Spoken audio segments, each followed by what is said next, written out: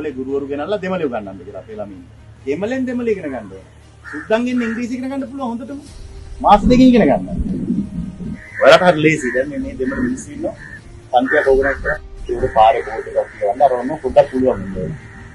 ඒකට තමයි මේ ප්‍රශ්නේ විසඳෙන්නේ.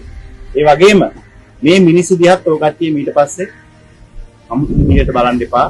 මේ දෙමළ මිනිස්සු තාමත් මහින්සක මිනිස්සු ඉස්සර හිටියේ. හරි ගුණ යහපත්. මේක මේ එකම මිනිස්සු ඉන්දියාවේ උතුරෙන් ආපු මිනිස්සු සිංහල මිනිස්සු කියන්නේ. දකුණු ඉන්දියාවෙන් ආපු මිනිස්සු දෙමළ මිනිස්සු කියන්නේ. මේ මිනිස්සුන්ගේ ආගම හින්දු වැඩියෙන් නැත්තම් ක්‍රිස්තියානි. අපේ තියෙන බුද්ධ ආගම නැත්තම් ක්‍රිස්තියානි.